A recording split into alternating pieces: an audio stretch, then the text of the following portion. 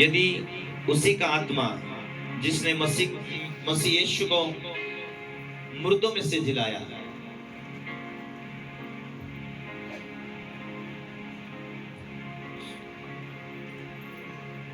यदि उसी का आत्मा जिसने मसीह को मरे हुए में से जिलाया तुम में बसा हुआ है, जिसने मसीह को मरे हुए में से जिलाया, वो तुम्हारे नश्वर शरीर, नश्वर देह को भी अपनी आत्मा के द्वारा जो तुम में बसा हुआ है वो जिलाएगा।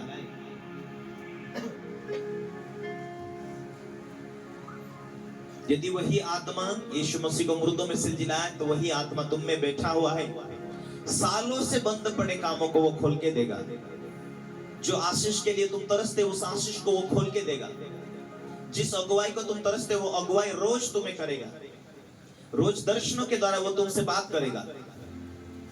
परमेश्वर क्यों तुम्हें करीब बुलाता है? क्योंकि वो अपने आत्मा के द्वारा मजबूत स्थिर करना चाहता है। Hallelujah, hallelujah, hallelujah. इसीलिए हमें एक एक बातों के लिए ध्यान रखना जरूरी है कि परमेश्वर के वचन में क्या लिखा है। हालेलुया। उसने कहा यदि उसी का आत्मा जो मसीह यीशु को मरे हुए में से जिलाया, वो आत्मा तुम में बसा है, तुम्हारे नश्वर शरीर में बसा है, तुमको भी वो जिलाएगा। तुम्हारे काम को जिलाएगा, तुम्हारे व्यवसाय को जिलाएगा। परमेश्वर का आत्मा, परमेश्वर ने तुम्हें विश्वास योग्य समझ कर अपना आत्मा दिया है। आज कोई गरीब नहीं जिसने परमेश्वर का आत्मा पाया, क्योंकि उसको अगुवाई करने के लिए खुदा का आत्मा है। वो चंगा करने वाला आत्मा तुम्हारे अंदर बैठता है, सुरक्षा देने वाला आत्मा तुम्हारे अंदर बैठता है, आगे के भविष्य में क्या होने वाला वो बातें तुम्हें बताने के लिए वो बोलता है, समझाता है। मुसीबत को टालने वाला आत्मा तुम्हारे अंदर बैठता है। वो आपका सारे परिवार को मेंटेन करने के लिए, आपके परिवार की रक्षा करने के लिए वो आपके अंदर परमेश्वर का आत्मा बैठता है। उस आत्मा को खुश करने के लिए वचन को पालन करना है। और वो पवित्र है, वो पवित्र स्थान में बैठेगा। आज वेशन में, आज लड़ाई में, झूठ में, धोखाधड़ी में रहेंगे तो वो आत्मा तुमको गाइड नहीं करेगा, तुम्हें निकल लेकर नहीं चल सकता है।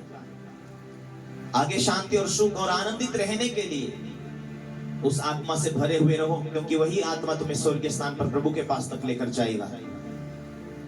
Hallelujah, hallelujah. परमेश्वर का वचन कहता है यदि तुम शरीर के अनुसार दिन काटोगे तो मरोगे। इसलिए है भाइयों, हम शरीर के कर्जदार नहीं कि शरीर के अनुसार दिन काटे, क्योंकि यदि तुम शरीर के अनुसार दिन काटोगे तो मरोगे। यदि आत्मा से देह की क्रियाओं को मारोगे तो तुम जीवित रहोगे। हे भाइयों, इसीलिए है भाइयों, हम शरीर के कर्जदार नहीं हैं, नहीं कि हम शरीर के अनुसार दिन काटे, क्योंकि यदि तुम शरीर के अनुसार दिन काटोगे तो मरोगे।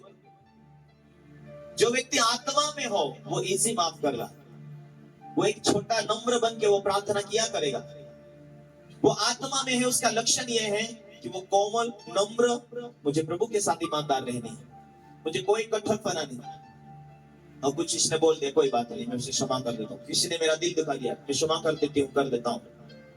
उदास नहीं, निराश नहीं, क्योंकि आनंद देने वाला खुदा का आत्मा तुम्हारे अंदर है। शरीर के अनुसार मतलब चर्च में ना जाना, कभी गए थे कभी नहीं गए थे, मीटिंग के दिन में भी काम, मीटिंग के दिन में भी उन्हें फुर्सत ही नहीं। मैं किसी से बात कर रहा, आप तो यार पूरा महीना काम करके आपने बहुत सारे पैसे बचा के रखा होगा। नहीं, कहीं ना कहीं चले जाते पैसे, क्योंकि तुमने परमेश्वर को अपना जीवन नहीं सौंपा। जो वचन की जो नींव थी वो गिर चुकी है, इसलिए मन कठोर हो गया, शरीर में चल रहे,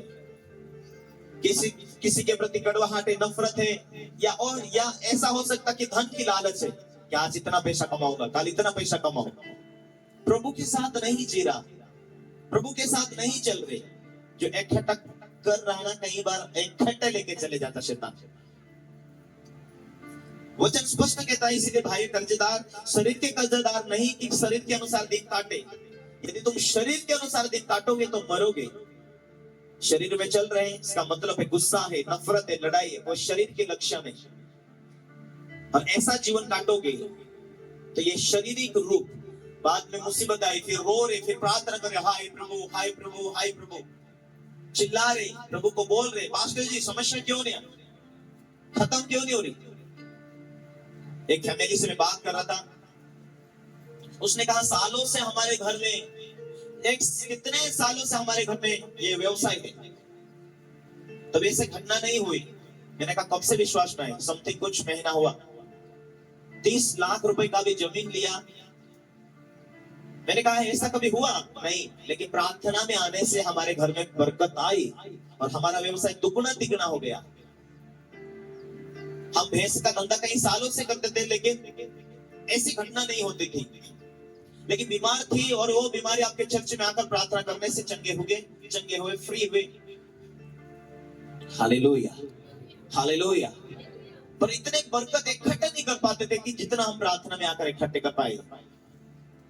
हालेलुया। लेकिन अभी भैंस जो है वो लाए, वो मारने के लिए दौड़ते, वो भाग जाते, कितने टाइम में, कितने दिन में मिलती है। मैंने कहा इतने महीनों में परमेश्वर ने इतनी सारी बरकतें दे दिया, इतनी सारी जमा, कभी परमेश्वर के राज्य के लिए दिया नहीं दिया, मालूम होने पर भी नहीं दिया। हालेलुया। तो कैसे स्वर्गदूत तुम्हारी रक्षा करेंगे, तुम्हारी फैमिली की, तुम्हारी धन संपत्ति की? जो इकट्ठा किया वो इकट्ठा भी निकल सकता है यदि तुम्हारे घर में स्वर्गदूत नहीं है तो प्रभु के कानून के साथ नहीं चलोगे तो। रब परमेश्वर से आशीष तो पाना चाहते, लेकिन उसके राज्य में जुड़ना नहीं चाहते। उसके राज्य में जुड़ोगे, तुम्हारे लक्षण ये होंगे कि प्रभु मैं बपतिस्मा लेना चाहता हूँ, उद्धार में जीना चाहता हूँ, और तेरी सेवकाई में जो तू मुझे बरकत देगा उसमें से मैं खाया करूंगा, और तेरी सेवकाई